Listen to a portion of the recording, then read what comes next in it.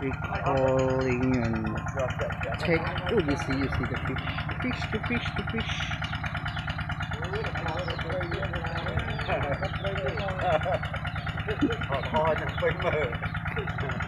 That thought đấy. Cái kia nhóm mình chắc là đi là sao thế?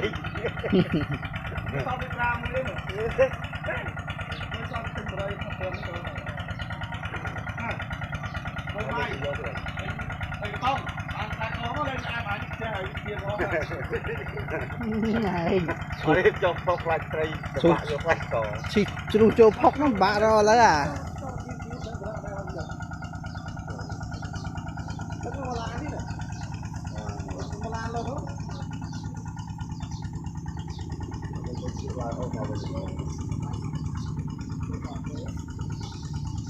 Rồi bố mấy tăng khinh tất tới hả?